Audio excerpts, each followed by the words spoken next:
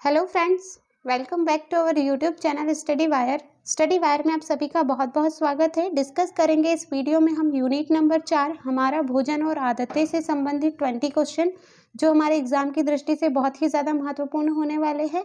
तो यहाँ पर है हमारा यूनिट नंबर 4 का लेक्चर नंबर 4। ठीक है, ऑलरेडी 3 लेक्चर अपलोड हो चुके हैं। अगर आप लोगों ने उन लेक्चर्स को नहीं देखा है तो प्लीज़ सबसे पहले आप उन लेक्चर्स को देख लीजिए। तो चलिए बढ़ते हैं हमारे सेशन की ओर। हमारा जो सेशन है उसका पहला जो क्वेश्चन है उसकी बात हम कर लेते हैं। कांच के जार तथा बोतलों को उनमें अचार भरने से पूर्व सूर्य की धूप में अच्छी तरह सुखाया जाता है। ठीक है, ऐसा क्यों है? कांच के जार तथा बोतलों को उनमें अचार भरने से पूर्व सूर्य की धूप में अच्छी तरह सुखाया जाता है, ऐसा क्यों? ठीक है, तो ऑप्शन नंबर ए उनके तापमान में वृद्धि करने के लिए, ऑप्शन नंबर बी उनसे धूल को हटाने के लिए, ऑप्शन नंबर सी नमी को पूर्णतः हटाने के लिए और ऑप्शन नंबर डी अचार को स्वादिष्ट बनाने के लिए। ठीक है फ्रेंड्स, तो यहाँ पर हमें सही कारण की बात बताना है कि सही कारण इसका क्या है। ठीक है, तो ये है ऑप्शन नंबर सी। ठीक है, नमी को पूर्णतः हटाने के लिए। आप लोगों ने कई बार ये देखा होगा कि जैसे मम्मी जो हमारी मम्मी लोग रहती है वो अचार बनाती है तो पहले अचार जिस बोतल में रखना होता है, जिस कांच के जार में रखना होता है, तो सबसे पहले क्या करते हैं उसे हम धूप में सुखाते हैं। ठीक है, ताकि उसमें जो उपस्थित जो नमी है, ठीक है, जैसे ये जार है तो इसमें जो उपस्थित नमी है वो पूर्णतः क्या हो जाए, नष्ट हो जाए। ठीक है, या हट जाए। ठीक है, अगर नमी है तो कहीं ना कहीं वहां पर जीवाणु होंगे और जीवाणु अगर होंगे तो क्या होगा, हमारा अचार जो है वो कहीं ना कहीं खराब होने की संभावना पूरी पूरी रहेंगी। ठीक है, तो यहाँ पर नमी को पूर्णतः हटाने के लिए क्या करते हैं, उन्हें सूर्य की धूप में अच्छी तरह सुखाते हैं। ठीक है फ्रेंड्स, तो ये हो गया हमारा question number 1। Question number two की बात यहाँ पर हम कर लेते हैं। ठीक है, क्वेश्चन नंबर 2, मानव शरीर में त्वचा तल के नीचे विद्यमान वसा निम्नलिखित में से किसके विरुद्ध अवरोधक का काम करती है? ठीक है, मानव शरीर में त्वचा तल के नीचे विद्यमान वसा निम्नलिखित में से किसके विरुद्ध अवरोधक का काम करती है? ऑप्शन नंबर ए शरीर के लवणों का क्षय, ऑप्शन नंबर बी शरीर की उष्मा का क्षय, ऑप्शन नंबर सी वातावरण से हानिकारक सूक्ष्म जीवों का प्रवेश और ऑप्शन नंबर डी आवश्यक शरीर द्रव्यों का क्षय। ठीक है, शरीर के लवणों का क्षय, शरीर की उष्मा का क्षय और वातावरण से होने वाले सूक्ष्म जीवों का प्रवेश और आवश्यक शरीर द्रव्यों का क्षय। मतलब कि जैसे मानव शरीर है, ये त्वचा है हमारी और त्वचा के तल के नीचे, ठीक है, त्वचा के तल के नीचे वसा में से, वसा जो होती है, वसा की क्या होती है, एक लेयर होती है, वसा किसके विरुद्ध काम करेगी? ठीक है, तो वो हमको बताना है। ठीक है, तो क्या होता है कि हमारा जो शरीर होता है, ठीक है, उसमें जो त्वचा होती है तो क्या होगा कि मतलब जैसे ये शरीर है, त्वचा है, तो त्वचा के नीचे क्या होता है, वसा की लेयर होती है और वो क्या होता है हमारी बॉडी की जो उष्मा होती है, ठीक है, हमारी बॉडी की जो गर्माहट होती है या उष्मा होती है उसको बाहर निकालने, मतलब बाहर नहीं निकलने देती है। ठीक है, तो किसके विरुद्ध अवरोधक का काम करती है? शरीर की उष्मा के क्षय के विरुद्ध क्या करती है, अवरोधक का काम करती है। ठीक है, सिंपल सा क्वेश्चन है। बढ़ते अगले प्रश्न की ओर। हमारा जो अगला प्रश्न है वो है प्रश्न नंबर 3। यदि एक अध्यापक आलू, चावल, ब्रेड व शक्कर के उदाहरणों का सहारा लेता है तो वह क्या पढ़ाना चाह रहा है? ठीक है, आलू, चावल, ब्रेड और शक्कर। ठीक है, तो आलू, चावल, ब्रेड और शक्कर में क्या पाया जाता है, सबसे पहले उसकी बात कर लेते हैं। Option number A vitamin, option number B carbohydrate, option number C protein, option number D खनिज लवण। ठीक है फ्रेंड्स, तो आलू, चावल और ब्रेड और शक्कर में क्या पाया जाता है, कार्बोहाइड्रेट पाया जाता है। ठीक है, तो मतलब कि जो वो अध्यापक है वो आलू, चावल और ब्रेड का क्या कर रहा है, उदाहरण प्रस्तुत कर रहा है, मतलब सहारा ले रहा है और हमें क्या पढ़ा रहा है, वो हमें पढ़ा रहा है कार्बोहाइड्रेट, क्योंकि ये चारों जो है इनमें सब में क्या पाया जाता है, कार्बोहाइड्रेट पाया जाता है। ठीक है, तो बढ़ते हैं अगले प्रश्न की ओर। हमारा जो अगला प्रश्न है फ्रेंड्स वो है प्रश्न नंबर 4। ठीक है, प्रश्न नंबर 4 की बात कर लेते हैं हम। 1 से 4 माह के बच्चों के लिए भोज्य पदार्थों में कौन महत्वपूर्ण होगा? मतलब छोटा जो बेबी होता है उसके लिए क्या भोज्य पदार्थों में महत्वपूर्ण होगा? 6 महीने तक के भी बात हम कर सकते हैं। फलों का रस, ऑप्शन नंबर बी दलिया, खिचड़ी, बेसन के लड्डू। मतलब ये सारे तो वो खाएगा ही नहीं, बहुत छोटा बच्चा है, तो फलों का रस हम उसे ऑप्शनल या पूरक आहार के रूप में दे सकते हैं, फलों का रस। ठीक है, जैसे कि बच्चा जब छोटा रहता है तो उसे क्या करते हैं, बादाम बादाम का रस निकाल कर पिलाते हैं, मतलब बादाम जो होता है सूखा बादाम उसको घिसते हैं और उसका कुछ रस टाइप का बनाते हैं और उसे पिलाते हैं ताकि उसका जो न्यूट्रिशन होता है वो कंप्लीट हो जाए। तो 1 से 4 माह यहाँ पे दिया है, तो 6 माह भी हो सकता है, ठीक है। 1 से 6 माह भी हो सकता है, 1 से 8 माह भी हो सकता है, क्योंकि इतना छोटा बच्चा आई थिंक ये सारी चीज़ें नहीं खाता है, ठीक है। मतलब आई थिंक क्या खाता ही नहीं है वो तो, ठीक है। तो यहाँ पर ऑप्शन नंबर ए क्या हो जाएगा फ्रेंड्स, हमारा सही आंसर हो जाएगा, ठीक है। अब आते हैं हमारे अगले प्रश्न की ओर, ठीक है। हमारा जो अगला प्रश्न है वो है प्रश्न नंबर 5, गहरी प्रशीतन खाद्य संरक्षण विधि में, ठीक है। गहरी प्रशीतन खाद्य संरक्षण विधि में हमको क्या बताना है, हमको बताना है गहरी खाद्य संरक्षण विधि में खाद्य पदार्थों को कितने तापमान पर संरक्षित किया जाता है, ठीक है। आप बहुत मतलब आप लोगों ने बहुत बार आइसक्रीम रखने वाला जो वो देखा होगा, ठीक है, जो बहुत बड़ा सा ऐसा टैंक टाइप का होता है और मतलब शॉप में अधिकतर ये पाया जाता है, जो शॉप जो होती है ना, दुकानें जो होती है उसमें अधिकतर पाया जाता है, ठीक है। और वो होता है गहरा प्रशीतन, ठीक है। तो यहाँ पर जो खाद्य पदार्थ है वो कितने तापमान पर संरक्षित किए जाते हैं वो हमको बताना है। तो ऑप्शन नंबर है 0 डिग्री फ़ारेनहाइट पर, फिर है option number B 0 degree Fahrenheit पर, ठीक है। और फिर है 4 डिग्री फ़ारेनहाइट पर और 4 डिग्री फ़ारेनहाइट पर। यहाँ पर थोड़े ऑप्शन रॉन्ग टाइप हो गए हैं, ठीक है।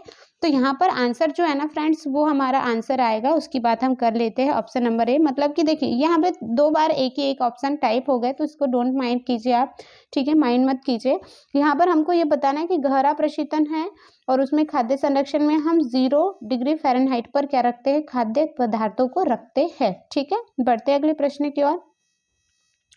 हमारा जो अगला प्रश्न है फ्रेंड्स वो है, सामान्य प्रौढ़ आदमी को फल की दैनिक आवश्यकता होती है, ठीक है। सामान्य प्रौढ़ आदमी को फल की दैनिक आवश्यकता होती है, वो हमको यहाँ पर बताना है, ठीक है। तो हम उसकी बात कर लेते हैं कि अगर व्यक्ति सामान्य प्रौढ़ आदमी है, ठीक है, मतलब सामान्य प्रौढ़ आदमी है यानी कि मिनिमम 30 समथिंग 30 ईयर का, ठीक है, प्रौढ़ आदमी उसे ही कहेंगे हम, ठीक है। तो उसको फल की दैनिक आवश्यकता कितनी होगी। Option number A 60 gram, option number B 50 gram, option number C 250 gram और ऑप्शन नंबर डी 500 ग्राम, ठीक है। तो 60 ग्राम जो होती है ना सामान्य प्रौढ़ आदमी को फल की आवश्यकता होती है, ठीक है। मतलब देखो एज के अकॉर्डिंग ना क्या होता है, हमारा न्यूट्रिशन भी डिपेंड करता है, ठीक है। अगर छोटा बच्चा है, अगर हम उसे बहुत ज़्यादा कैलोरी का भोजन देंगे तो वो उसे पचा नहीं पाएगा, मतलब उसके लिए वो सही नहीं रहेगा, ठीक है। तो एज के अकॉर्डिंग, तो यहाँ पर प्रौढ़ आदमी बोला है तो 60 ग्राम जो फल है दैनिक रूप से खाना चाहिए, ठीक है। ऑप्शन नंबर ए हमारा सही आंसर हो जाएगा। बढ़ते अगले प्रश्न की ओर। हमारा जो अगला प्रश्न है वो है, नीचे दिए गए खाद्य पदार्थों के किस समुच्चय में लौह तत्व प्रचुर मात्रा में होता है, ठीक है। लौह तत्व मतलब कि Fe की बात यहाँ पर हो रही है, किसमें पाया जाता है, कौन सा ऐसा ग्रुप है जिसमें लौह तत्व पाया जाता है, ठीक है। तो इसकी बात हम कर लेते हैं। तो ऑप्शन नंबर ए आंवला पालक गुड़, ठीक है। ऑप्शन नंबर बी आंवला पालक गुड़, आंवला आलू टमाटर बंद गोभी भिंडी और गुड़, ठीक है। यहाँ पर देखिए एक ही चीज़ 2 बार टाइप हो गई है, डोंट माइंड, ठीक है। तो यहाँ पर हम अगर देख लेते हैं तो नीचे दिए गए खाद्य पदार्थों के किस समुच्चय में लौह तत्व प्रचुर मात्रा में होते हैं, तो आंवला पालक और गुड़, मतलब इसको आप थोड़ा अवॉइड कीजिए यहाँ पर। तो यहाँ पर कुछ और भी हो सकता है, ठीक है। तो आंवला पालक और गुड़ में क्या होता है, लौह तत्व बहुत अधिक मात्रा में पाए जाते हैं, ठीक है। तो ये हो गया हमारा सही आंसर ए। बी भी आ सकता था, परंतु देखिए यहाँ पर मतलब एक किसी ना किसी को हमको अवॉइड करना पड़ेगा, थोड़ा टाइपिंग मिस्टेक हो गई है, ठीक है। तो बढ़ते अगले प्रश्न की ओर। इसके पहले भी ये क्वेश्चन बहुत बार रिपीट हुआ है, ठीक है। तो ये आई थिंक इसमें कोई कंफ्यूजन नहीं होगा। आगे हम अगले प्रश्न की ओर, ठीक है। प्रश्न नंबर 8, सुबह उठने के कितनी देर बाद नाश्ता लेना चाहिए, ठीक है। सुबह उठने के कितनी देर बाद नाश्ता ले लेना चाहिए, मतलब अगर हम सुबह उठे हैं तो हमारे जो दैनिक नित्य कार्य है उससे निपट कर हमें कितनी देर बाद नाश्ता लेना चाहिए। समथिंग हमें 30 मिनट के अंदर अंदर में हमें क्या कर लेना चाहिए, नाश्ता कर लेना चाहिए, ठीक है। नाश्ता उतने टाइम में कर लेना चाहिए, क्योंकि क्या होता है कि सुबह जो होता है ना, सुबह हमारी बॉडी में क्या होता है कि बहुत अधिक एनर्जी रिलीज भी होती है और एक बॉडी को मतलब एब्जॉर्ब करने की क्षमता भी बहुत अधिक बढ़ जाती है यहाँ पर सुबह। ठीक है, आप लोग मतलब आप लोगों ने बहुत बार ये सुना होगा कि सुबह उठकर ही क्यों पढ़ना चाहिए, है ना। मतलब ऐसा ज़रूरी नहीं है, लेकिन जो मॉर्निंग का जो टाइम होता है वहाँ पर हमारी बॉडी कैसी होती है, रिलैक्स होती है। ठीक है, एकदम फ्रेश होती है, और फ्रेश बॉडी अगर है तो हम अगर 30 मिनट के बाद भी अगर नाश्ता करते तो कोई प्रॉब्लम नहीं है। तो क्या होता है कि 30 मिनट के अंदर हमें नाश्ता कर लेना चाहिए, हमारी बॉडी में कुछ न कुछ न्यूट्रिशन खा लेना चाहिए। ठीक है, तो ये हो गया हमारा प्रश्न नंबर 8। बढ़ते अगले प्रश्न की ओर। प्रश्न नंबर 9। ठीक है, ताज़ी सब्जियां और फलों को कितने तापमान पर संरक्षित किया जाता है। ठीक है, जो ताज़ी सब्जियां होती है और फल जो होते हैं, ठीक है, ताज़ी सब्जियां और फलों को कितने तापमान पर संरक्षित किया जाता है। Option number A 32 degree Fahrenheit, option number B 35 degree Fahrenheit, option number C 38 degree Fahrenheit और option number D 40 degree Fahrenheit. ठीक है, तो यहाँ पर हम बात कर लेते सही आंसर की। 35 डिग्री फ़ारेनहाइट पर हमें क्या रखना चाहिए, हमें जो ताज़ी सब्जियां और फलों को संरक्षित करके रखना चाहिए। ठीक है, ये हो गया ऑप्शन नंबर बी सही आंसर। ओके, बढ़ते अगले प्रश्न की ओर। हमारा जो अगला प्रश्न है फ्रेंड्स वो है प्रश्न नंबर 10। ठीक है, प्रश्न नंबर 10। सेब, नाशपाती तथा अन्य फलों को काटने के बाद उस पर नींबू निचोड़ देने से क्या प्रभाव होता है। ये क्वेश्चन आया हुआ था, सीटेट में भी आया है वो ये वाला जो क्वेश्चन है, और ये एमपी टेट में भी एक बार इसी ऐसे ही क्वेश्चन को घुमाकर पूछा था। ठीक है, सेब, नाशपाती तथा अन्य फलों को काटने के बाद उन पर नींबू निचोड़ देने से क्या प्रभाव पड़ता है। ठीक है, ऑप्शन नंबर ए वे काले नहीं पड़ते हैं, ऑप्शन नंबर बी वे नीले नहीं पड़ते, ऑप्शन नंबर सी वे भूरे नहीं पड़ते और ऑप्शन नंबर डी इनमें से कोई नहीं। ठीक है फ्रेंड्स, तो थोड़ा सा यहाँ पर आप सेब को जब आपने काटा होगा, नाशपाती को या कोई भी फल है उनको अगर आपने काटा होगा, थोड़ी देर के लिए उनको खुला छोड़ दिया होगा, ठीक है, तो आपको कलर याद आ जाएगा। अभी तक आपने सोच लिया होगा कि अगर हमने सेब को काट के खुला छोड़ दिया है तो क्या होता है कि वो हल्का भूरा हो जाता है। ठीक है, जैसे सेब है, सेब को काट के अगर हमने ऐसे खुला छोड़ देते तो वो कैसा हो जाता है, हल्का सा भूरे रंग का हो जाता है। लेकिन अगर हम उस पर नमक डाल देते हैं, सॉरी, अगर हम उस पर नींबू निचोड़ देते हैं तो क्या होता है, वो भूरा नहीं होता है। ठीक है, भूरा नहीं होता है, भूरा नहीं पड़ता है। ठीक है, तो ऑप्शन नंबर सी क्या हो जाएगा, हमारा सही आंसर हो जाएगा। ठीक है, बढ़ते अगले प्रश्न की ओर। हमारा जो अगला प्रश्न है फ्रेंड्स वो है प्रश्न नंबर 11। ठीक है, यह हमारे शरीर के अंदर विभिन्न पोषक तत्वों को अवशोषित करता है, शरीर के तापमान को नियंत्रित करता है तथा अपशिष्ट पदार्थों को निकालने में सहायक होता है। उपरोक्त कथन किस पोषक तत्व के लिए कहा गया है। ठीक है, इस टाइप के क्वेश्चंस आते हैं। यह हमारे शरीर के अंदर के विभिन्न पोषक तत्वों को अवशोषित करता है, शरीर के तापमान को नियंत्रित करता है और अपशिष्ट पदार्थों को निकालने में सहायक होता है, और यह किस पोषक तत्व के लिए कहा गया है। ऑप्शन नंबर ए आहारी रेशे, ऑप्शन नंबर बी वसा, option number C carbohydrate, option number D जल। ठीक है, तो जल है ना, हमारे शरीर में जो क्रियाएं होती है, ठीक है, अपचयन जो भी हमारे शरीर में क्रिया होती है, जल उसके लिए आवश्यक होता है। कार्बोहाइड्रेट वसा के लिए, कार्बोहाइड्रेट एनर्जी के लिए आवश्यक होता है, वसा भी एनर्जी के लिए होती है। ठीक है, लेकिन आहारी रेशे जो होते हैं ना, फाइबर्स, ये क्या करते हैं, हमारे शरीर में अपशिष्ट पदार्थों को बाहर निकालने में भी ये सहायक होते हैं। तो यहाँ पर हमारा आंसर नंबर ए आ जाएगा। ठीक है, आहारी रेशे मतलब कि जो फाइबर्स होते हैं, ठीक है, फाइबर्स जो होते हैं वो क्या करते हैं, हमारे शरीर में पोषक तत्वों को अवशोषित भी करते हैं, तापमान को नियंत्रित भी करते हैं और अपशिष्ट पदार्थों को बाहर निकालने में भी सहायक होते हैं। ठीक है, बढ़ते अगले प्रश्न की ओर। हमारा जो अगला प्रश्न है वो है प्रश्न नंबर 12। राधा और राधिका एनीमिया रोग से ग्रसित है। ठीक है, राधा और राधिका एनीमिया रोग से ग्रसित है। डॉक्टर उनको किस प्रकार के खाद्य पदार्थ खाने की सलाह देंगे जब राधा और राधिका दोनों ही शाकाहारी है। ठीक है, हमको यहाँ पर बात ये याद रखना है कि राधा और राधिका को क्या हुआ है भाई, एनीमिया हुआ है, और डॉक्टर उनको किस प्रकार का खाद्य पदार्थ खाने की सलाह देगा जब राधा और राधिका जो है वो दोनों क्या है, शाकाहारी है। ठीक है, तो हमको ये चीज़ याद रखना है कि वो दोनों क्या है, शाकाहारी है, किसी भी प्रकार का मांस वो नहीं खाएंगे। ठीक है, तो ऑप्शन नंबर ए केला, पालक, गुड़ व हरी सब्जी। ठीक है, ऑप्शन नंबर बी अंडे की पीतक, केला और मछली। देखो मछली मतलब यहाँ कहीं ना कहीं शाकाहारी नहीं है, ठीक है, तो ये तो गलत ही हो जाएगा क्योंकि दोनों शाकाहारी और वो मछली मांस मछली खाती है नहीं, ठीक है, तो ऑप्शन नंबर बी गलत हो जाएगा। ऑप्शन नंबर सी मछली, हरी पत्तेदार सब्जी, बाजरा, ये भी गलत हो जाएगा, मछली है इसमें, ठीक है। पालक, गुड़, कलौजी और नमक, ये भी नहीं होगा, ठीक है, तो मतलब कि ऑप्शन नंबर ए क्या हो जाएगा फ्रेंड्स, हमारा सही आंसर हो जाएगा क्योंकि इसमें किसी भी प्रकार का मांसाहार नहीं है, ठीक है। और केला, पालक, गुड़ और हरी सब्जी में क्या पाया जाता है, इनमें पाया जाता है अपना एफी, और एफी जो होता है वो अनीमिया को कंट्रोल करने का काम करता है, ठीक है, जो आयरन होता है। ओके, बढ़ते हैं अगले प्रश्न की ओर। हमारा जो अगला प्रश्न है फ्रेंड्स वो है प्रश्न नंबर 13, खाद्य संसाधनों का संरक्षण क्यों आवश्यक है, ठीक है, खाद्य संसाधनों का संरक्षण क्यों आवश्यक है वो हमको बताना है।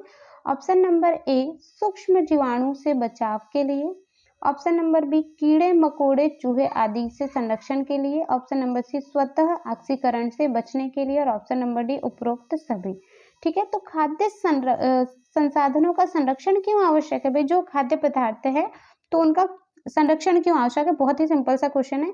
सूक्ष्म जीवाणु से बचाव के लिए, मतलब जो बैक्टीरिया होते हैं उससे बचाव के लिए, कीड़े मकोड़े चूहे आदि से भी बचाने के लिए, स्वतः ऑक्सीकरण होने से बचने, मतलब उपरोक्त सभी यहाँ पर सही आंसर आ जाएगा, ठीक है। बढ़ते अगले प्रश्न की ओर। हमारा जो अगला प्रश्न है वो है प्रश्न नंबर 14, ठीक है, निम्न में से क्या खाद्य संसाधनों के मुख्य सिद्धांत नहीं है, ठीक है, निम्न में से क्या खाद्य संसाधनों का मुख्य सिद्धांत नहीं है वो हमको बताना है, ठीक है। तो यहाँ पर बात कर लेते हैं ऑप्शन नंबर 1, खाद्य पदार्थों में निहित एंजाइम को निष्क्रिय करना, ठीक है, खाद्य संसाधनों के मुख्य सिद्धांत नहीं है। अब देखो खाद्य पदार्थों में निहित एंजाइम को निष्क्रिय करना, ऑप्शन नंबर बी खाद्य पदार्थों में सूक्ष्म जीवों को क्रियाशील बढ़ने के लिए और खाद्य पदार्थों को भौतिक या यौगिक कारणों से होने वाली क्षति को रोकने के लिए, खाद्य पदार्थों में स्वतः होने वाली हानि को रोकने के लिए, ठीक है। तो खाद्य संसाधनों के मुख्य सिद्धांत नहीं है, खाद्य संसाधन बोलना चाहिए, खाद्य जो संसाधन होते हैं, ठीक है, मतलब खाद्य संरक्षण बोल देना चाहिए, तो यहाँ पर और अच्छे से क्लियर हो जाएगा, ठीक है। खाद्य संरक्षण का मुख्य सिद्धांत नहीं है, ठीक है, नहीं है पूछा है तो देखो खाद्य पदार्थों में निहित एंजाइम को निष्क्रिय करना तो है ही है, ठीक है, क्योंकि अगर एंजाइम निष्क्रिय हो गए तो कहाँ क्या होगा कि कहीं ना कहीं क्या होगा, उसमें खराब होने की कम संभावना होगी। खाद्य पदार्थों में सूक्ष्म जीवों की क्रियाशीलता को बढ़ाने के लिए ये सिद्धांत कहीं से कहीं तक हमारा खाद्य संरक्षण का नहीं है, ठीक है, ये सिद्धांत कहीं से कहीं तक हमारा नहीं है, तो ऑप्शन नंबर बी क्या हो जाएगा फ्रेंड्स, हमारा सही आंसर हो जाएगा, ठीक है। और खाद्य पदार्थों की भौतिक एवं यौगिक कारणों से होने वाली क्षति को रोकने के लिए भी हम संरक्षण करते हैं और खाद्य पदार्थों में स्वतः होने वाली हानि को रोकने के लिए भी हम संरक्षण करते हैं, तो ये भी सिद्धांत है, ये भी सिद्धांत है, ये भी सिद्धांत है, परंतु ये सिद्धांत नहीं है, तो यही क्या हो जाएगा, हमारा आंसर हो जाएगा, ठीक है। बढ़ते अगले प्रश्न की ओर। हमारा जो अगला प्रश्न है वो प्रश्न नंबर 15, खाद्य पदार्थों के आंतरिक रूप से खराब होने का मुख्य कारण क्या है। आंतरिक रूप से मतलब खाद्य पदार्थ जो है वो खुद स्वयं अपने कारण से खराब हो रहा है, मतलब उसका आंतरिक कारण कुछ ना कुछ ऐसा फैक्टर है। ऑप्शन नंबर ए सूक्ष्मजीव, option number B enzyme, option number C कवक, ऑप्शन नंबर डी फफूंदी, ठीक है। तो फंगस, कवक और ये बैक्टीरिया जो है ये सब बाहरी कारण है, ठीक है, बाहरी कारण है ये तीनों ही, परंतु एंजाइम जो है ना वो खाद्य पदार्थ का खुद का सेपरेट फैक्टर ऐसा है जिसके कारण से क्या होता है, खराब होने की पूरी संभावना होती है, ठीक है। तो यहाँ पर क्या हो जाएगा फ्रेंड्स, हमारा सही आंसर बी हो जाएगा, ठीक है, मतलब कि एंजाइम्स क्या है, आंतरिक रूप से खराब होने का मुख्य कारण है, ठीक है। बढ़ते अगले प्रश्न की ओर। हमारा जो अगला प्रश्न है वो है प्रश्न नंबर 16, उसकी बात हम कर लेते हैं यहाँ पर। प्रश्न नंबर 16 की फफूंदी से सबसे अधिक कौन से खाद्य पदार्थ खराब होते हैं, ठीक है, कौन से खाद्य पदार्थ खराब होते हैं, फफूंदी मतलब जो फंगस होता है ना व्हाइट कलर का जो होता है, फफूंदी से सबसे अधिक कौन से खाद्य पदार्थ खराब होते हैं, पनीर होता है, ऑप्शन नंबर बी अचार, डबल रोटी और यह सभी, तो यह सभी होते हैं, डबल रोटी भी होती है, अचार भी होते हैं, पनीर भी हो जाता है, ठीक है, तो यह सभी यहाँ पर क्या हो जाएगा फ्रेंड्स, हमारा सही आंसर आ जाएगा, ठीक है। बढ़ते अगले प्रश्न की ओर। हमारा जो अगला प्रश्न है वो है प्रश्न नंबर 17, ठीक है, कौन सा बाह्यकारक शर्करा युक्त खाद्य पदार्थों में प्रवेश कर उनके कणों में परिवर्तन प्रारंभ कर देते हैं, ठीक है, कौन सा बाह्यकारक शर्करा युक्त खाद्य पदार्थों में प्रवेश कर उनके कणों में परिवर्तन प्रारंभ कर देते हैं, ठीक है। शर्करा युक्त खाद्य पदार्थ है उसमें वो प्रवेश करेंगे और उनके कणों को क्या करेंगे, प्रभावित कर देंगे। ठीक है, तो हमको वो बताना है। ऑप्शन नंबर ए फफूंदी, ऑप्शन नंबर बी सूक्ष्मजीव, ऑप्शन नंबर सी खमीर और ऑप्शन नंबर डी बैक्टीरिया। ठीक है, तो ये खमीर जो होता है ना वो क्या होता है, शर्करा युक्त खाद्य पदार्थों में प्रवेश कर उनके कणों को प्रभावित कर देता है। हमारा आंसर नंबर सी है। ठीक है, बढ़ते अगले प्रश्न की ओर। हमारा जो अगला प्रश्न है फ्रेंड्स वो है प्रश्न नंबर 18। बैक्टीरिया सामान्यतः किस तापमान पर पनपते हैं? ठीक है, बैक्टीरिया सामान्यतः किस तापमान पर पनपते हैं? ऑप्शन नंबर ए 10 डिग्री सेल्सियस से 20 डिग्री सेल्सियस, 20 डिग्री सेल्सियस से 40 डिग्री सेल्सियस ताप पर, 50 डिग्री सेल्सियस से 120 डिग्री सेल्सियस ताप पर, और डी 150 डिग्री सेल्सियस से 200 डिग्री सेल्सियस ताप पर। ठीक है, तो बैक्टीरिया सामान्यतः किस तापमान पर पनपते हैं वो हमको बताना है। तो यहाँ पर फ्रेंड्स हमारा हो जाएगा सही आंसर 50 डिग्री सेल्सियस से 120 डिग्री सेल्सियस तापमान पर बैक्टीरिया पनपते हैं। ठीक है, तो ये हो जाएगा ऑप्शन नंबर सी हमारा सही आंसर। ठीक है, बढ़ते अगले प्रश्न की ओर। हमारा जो अगला प्रश्न है फ्रेंड्स वो है प्रश्न नंबर 19। बैक्टीरिया कौन से खाद्य पदार्थ को जल्दी खराब करते हैं? ठीक है, बैक्टीरिया कौन से खाद्य पदार्थ को जल्दी खराब करते हैं? ऑप्शन नंबर ए ऑक्सीजन युक्त खाद्य पदार्थ को, ठीक है, ऑप्शन नंबर बी नाइट्रोजन युक्त खाद्य पदार्थ को, और ऑप्शन नंबर सी कार्बन युक्त खाद्य पदार्थ को, और ऑप्शन नंबर डी फास्फोरस युक्त खाद्य पदार्थ को। ठीक है, तो यहाँ पर हम आंसर की बात कर लेते हैं कि जो बैक्टीरिया है वो कौन से खाद्य पदार्थ को जल्दी खराब करते हैं। ठीक है, तो नाइट्रोजन युक्त खाद्य पदार्थ को वो जल्दी खराब करते हैं। ओके, तो यहाँ पर हो गया हमारा प्रश्न नंबर 19। ठीक है, तो अब हम बढ़ते अगले प्रश्न की ओर। हमारा जो अगला प्रश्न है वो है प्रश्न नंबर 20। किन विधियों के द्वारा खाद्य पदार्थों का संरक्षण किया जाता है? ठीक है, किन विधियों के द्वारा खाद्य पदार्थों का संरक्षण किया जाता है? ऑप्शन नंबर ए निर्जलीकरण, ऑप्शन नंबर बी प्रशीतन, ऑप्शन नंबर सी खमीरीकरण, ऑप्शन नंबर डी यह सभी। किन विधियों के द्वारा खाद्य पदार्थों का संरक्षण किया जाता है? निर्जलीकरण के द्वारा भी करते हैं, ठीक है, और प्रशीतन के द्वारा भी करते हैं, खमीरीकरण के द्वारा भी करते हैं, और यह सभी यहाँ पर क्या हो जाएगा फ्रेंड्स हमारा सही आंसर हो जाए। यह सभी मतलब कि सभी विधियां ऐसी है जिससे हम खाद्य पदार्थ का संरक्षण करते हैं। तो ये हो गया फ्रेंड्स हमारा जो सेशन है एंड। ठीक है, 20 क्वेश्चन। तो अभी तक आपने जो अदर जो वीडियो डले हुए हैं दूसरे यूनिट के सारे वीडियोस देखिए ताकि आप लोगों का सिलेबस काफ़ी कुछ कवर हो जाए। और मिलते हैं अब अगले वीडियो में, तब तक के लिए जय Hind and thank you so much.